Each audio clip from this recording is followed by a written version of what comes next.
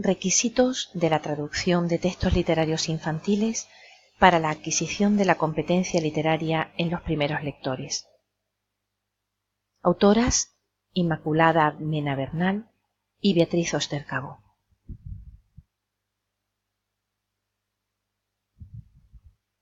El cuento es un elemento básico en la formación del niño como lector, y por tanto debemos ser conscientes de la importancia de realizar una elección correcta del texto, especialmente cuando nos movemos en contextos educativos bilingües en los que entra en juego la traducción. El cuento puede presentarse en diferentes formatos, que dividimos en dos grandes grupos: el libro impreso y el álbum ilustrado. El primero es el más tradicional, en el que el peso de la historia y su carga significativa recae sobre el texto, y la ilustración es un complemento que lo acompaña.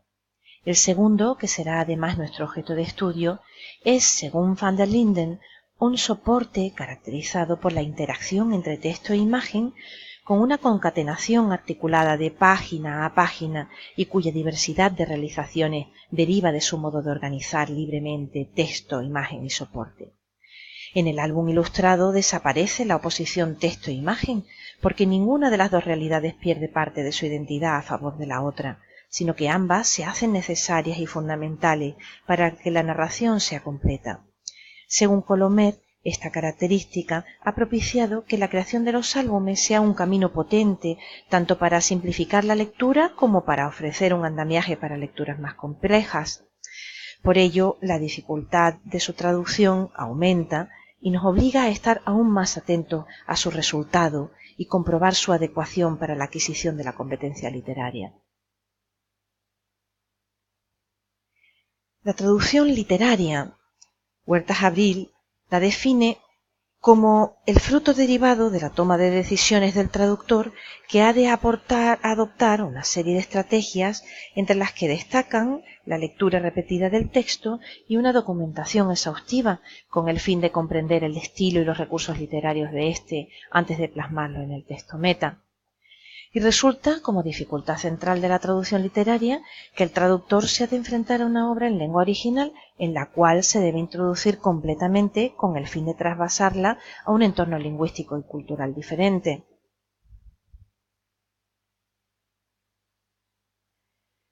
No cabe duda de que el cuento es uno de los elementos fundamentales a través de los cuales el niño, a la vez que disfruta, va adquiriendo la capacidad de nombrar no solo lo que ve, sino también lo que percibe y lo que siente.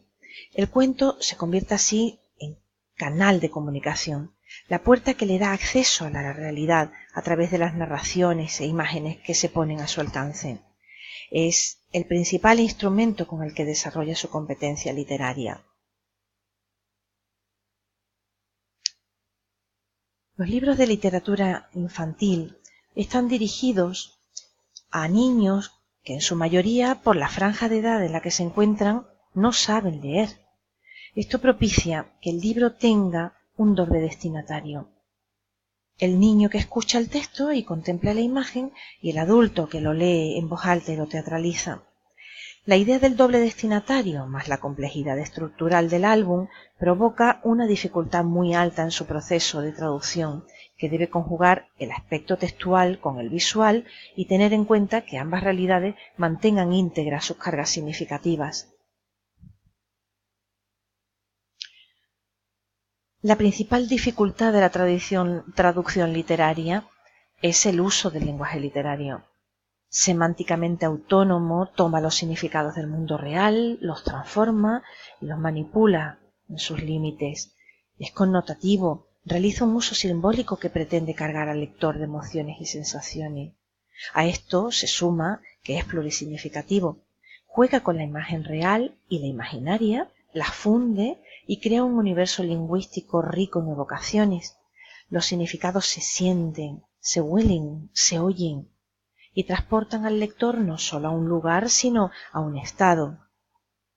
Si nos trasladamos a la literatura infantil, este proceso es parte fundamental en la formación lingüística del niño. A través del juego, el niño busca e inventa nuevos significados para significantes ya existentes. Un último elemento que debemos considerar en la traducción es el paratexto. Está formado por los instrumentos, materiales y aparatejos mediadores que ayudan al lector a aparatarse frente a un texto editado. Yuste explica que a través de la paratraducción se estudia cómo los paratextos pueden influir enormemente sobre la manera en que un nuevo público percibe la literatura traducida. El texto seleccionado como modelo es Orejas de mariposa, escrito en español por Luisa Aguilar, ilustrado por André Neves en 2007 y publicado por la editorial Calandraca. El análisis crítico lo realizaremos sobre su traducción, Butterfly Ears, realizada por Mercé Adriaca en 2008 para la misma editorial. La elección de este cuento se lleva a cabo por varios motivos que se pueden considerar relevantes para el estudio: el formato, álbum ilustrado, el lenguaje literario y el prestigio de la editorial. A continuación vamos a resaltar los elementos más significativos localizados en la traducción.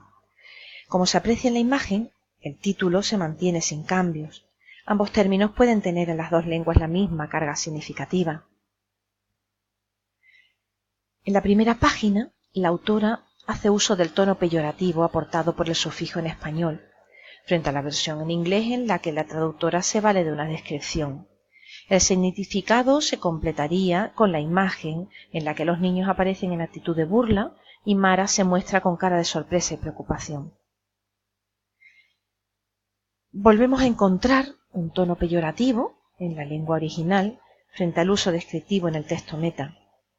En la traducción se añade el término sweetheart, que no aparece en el original, pero no provoca variaciones en las significativas en el mensaje. La ilustración muestra una metáfora, con Mara colgada de las manos de su madre, se columpia, flota meciéndose al aire, desenfadada y alegre, porque se siente segura. Su madre la sujeta, la sostiene, la apoya. En ambas lenguas aparece la personificación. Se atribuye la capacidad de volar, característica de los seres animados, a las orejas. Existe un matiz en la traducción al inglés que hace alusión a beautiful colors, frente al original en español que solo presenta el término colores. Puede que la belleza de los colores la deje la autora a interpretación del lector en la asociación con la ilustración, belleza que culturalmente se presupone en la mariposa. En la traducción se acude también al recurso morfosintáctico del paralelismo y la contraposición entre ugly things y beautiful colors. Tener pelo de estropajo es una expresión coloquial que hace alusión a tenerlo seco y enmarañado. Esta metáfora se suple en inglés con la palabra scraggly, referida al cabello de la protagonista. En ambos casos se consigue el mismo efecto. El lector percibe la imagen de suciedad y descuido. La respuesta de Mara en el texto meta es literal al original.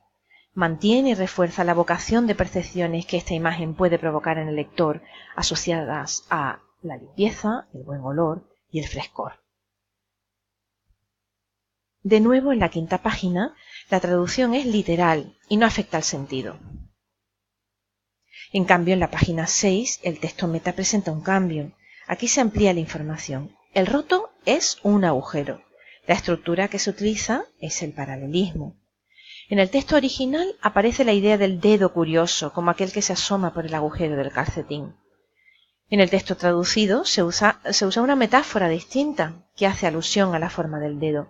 Inquisitive too. Inquisitive hace referencia a tending to ask questions, having a desire to know or learn more. De esta forma, el mensaje que se envía al lector es el mismo. Es un dedo que se asoma porque quiere ver qué hay, saber más. Vuelve a convertir lo que se señala como defecto o debilidad de la protagonista en virtud. En español, los zapatos estropeados se suelen nombrar como viejos, mientras que los que tienen muchos años, pero están en buen estado, son antiguos.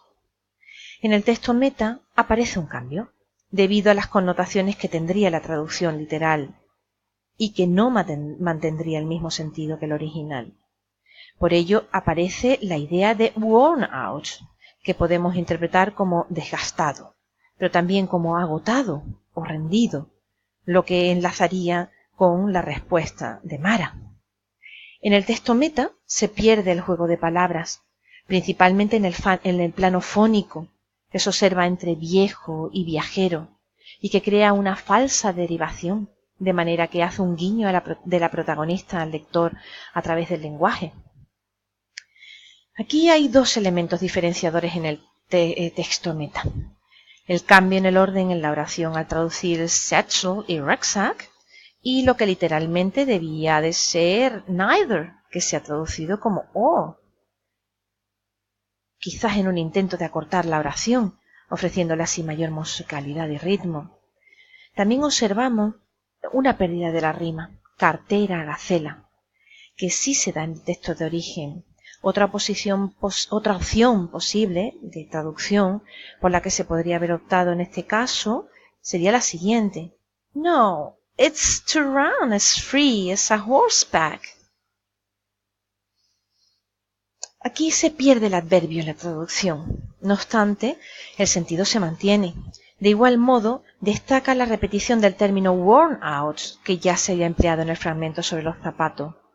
A continuación, Mara vuelve a contestar con una metáfora que mantiene su sentido completo en el texto meta gracias a la pasiva que se utiliza en la traducción para aportar un tono más poético e íntimo. En la 10ª página se observa una traducción literal. En el texto origen no hay problemas de comprensión porque es una frase hecha en español y además lleva el refuerzo de la ilustración. En inglés tampoco debe haberlo. No obstante, la ilustración compensaría cualquier pérdida posible de significado que pudiese aparecer. La página 11 recoge un cambio léxico. La autora en español utiliza el término larguirucho, que en la traducción se habría podido mantener con beanpole. En cambio, se opta por tall and scrawny. De esta forma se consigue una descripción más explícita del aspecto de la niña. En cambio, en la respuesta de Mara sí se mantiene la traducción literal del texto original. Para finalizar, el tratamiento del término orejotas en la traducción es el mismo que se realizó la primera vez que apareció en el texto. Por otra parte, en la respuesta se mantiene la traducción directa del texto original. Como conclusión principal, podemos afirmar que la traducción a lengua inglesa, realizada del cuento en formato de álbum ilustrado Orejas de Mariposa, recoge y mantiene en el texto meta el mensaje principal que ambas autoras han querido hacer llegar a sus receptores en el texto origen del que se parte. Y lo hace valiéndose de los siguientes elementos. Uso de giros semánticos que recogen y exponen los significados connotativos del texto origen en el texto meta. Ilustraciones como elementos clave en la narración de la historia, evitando entrar en conflicto con ellas al crear la traducción.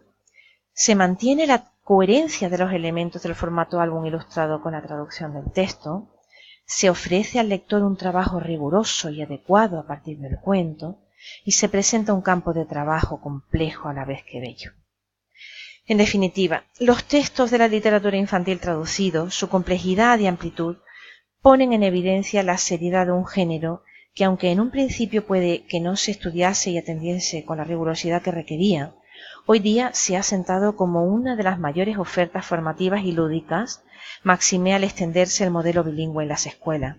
Esto debe ser tenido en cuenta por los formadores que seleccionan los cuentos traducidos para su biblioteca, pero también y sobre todo por los traductores, ya que ante ellos se abre un campo con amplias posibilidades de trabajo e investigación para el conocimiento de las lenguas y cultura, así como para el acceso de los primeros lectores a ellas.